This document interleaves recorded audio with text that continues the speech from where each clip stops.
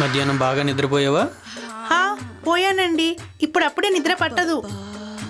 సరే నువ్వు పడుకో, నీ కితకితలు రాకుండా నేను రొమాన్స్ చేస్తా. సరేనండి. లాలీపాప్.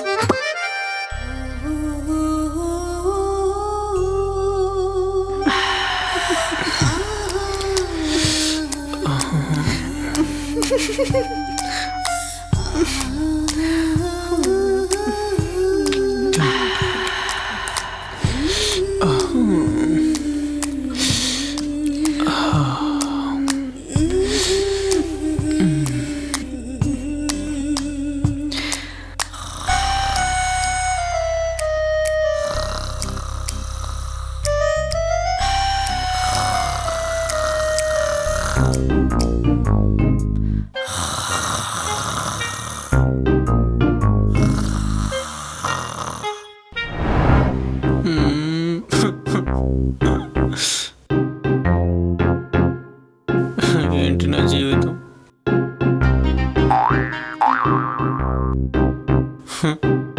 బావా,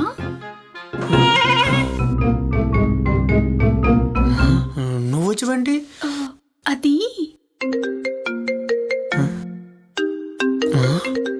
ఏంటి ఇప్పుడు చేస్తున్నాడు? అల్లుడు గారు, మా ఇంటికి మీ ఆఫీస్కి చాలా దూరం ఉంది కదా, మీ ఇల్లు అయితే దగ్గర కదా. కదా, మీ దగ్గర ఉంటే రోజు మీతో పాటు ఆఫీస్కి వెళ్తుంది. అందుకే అమ్మాయిని మీ ఇంటికి పంపించాను. వచ్చిందా? వచ్చింది. మంచిది మంచిది. జాగ్రత్త బాబు, ఉంటా మరి. అది కాదు మాయ గారు, సుజీకి ఇక్కడ కొత్త కదా, ఇబ్బంది పడుతుందేమో అని. అబ్బే, దానికి అలాంటివి ఏం ఉండవు అల్లుడు గారు. ఎక్కడైనా వెంటనే అలవాటు పడుతుంది. నా పెద్ద కూతురికి కూడా తోడుగా ఉంటుంది కదా. ఏమంటారు అల్లుడు గారు? నేనేమంటానండి, అన్నీ మీకు అనుగుణంగా మీరే అనేస్తున్నారు కదా. మనం అంతే, అన్నీ సెట్ చేసేస్తాం. ఉంటాను అల్లుడు గారు.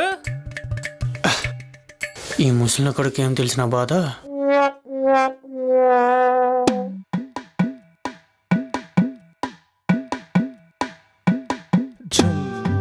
ఏంటి బావా, ఈ టైంలో బెడ్రూమ్లో ఉండాల్సిన వాడివి హాల్లో కూర్చొని ఆలోచిస్తున్నా? అంటే ఆఫీస్ వర్క్ కొంచెం ఉంది, కంప్లీట్ చేద్దామని హాల్లో కూర్చున్నా. ఓహో, నేను చూస్తుంటే వర్క్ కోసం కూర్చున్నట్టు లేదే, లోపలేదో వర్కౌట్ అవ్వక ఫ్రస్ట్రేషన్లో కూర్చున్నట్టున్నా. నీకన్నీ ఇలానే అనిపిస్తాయి. ఆ,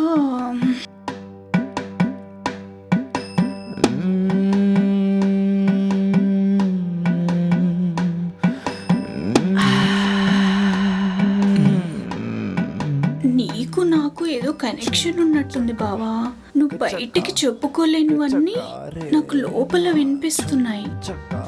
నేనేం అనుకోవట్లేదు, అన్నీ నువ్వే అనుకుంటున్నావు. అక్క లోపల ఆరేసుకుని పడుకున్నట్టుంది. దీనికట్లా తెలుసు? అది పొద్దున్న నుంచి పనులు చేసి చేసి అలసిపోయి తొందరగా పడుకుంది. అబ్బో, నీ పెళ్ళాన్ని బాగానే వెనకేసుకొస్తున్నావే. నువ్వు లోపలికి వెళ్ళి తలుపేసుకుంటే నేను నెత్తి మీద గుడ్డ నెట్ట అని చేసుకుని పని చేసుకుంటా. ఇక నుంచి ఇక్కడే ఉంటాను కదా. ఉంటే వస్తావు, ఆటోమేటిక్ గా వస్తావు. ఎక్కడికి వచ్చేది? ఎక్కడైతే నువ్వు 100% సుఖపడతావో అక్కడికి.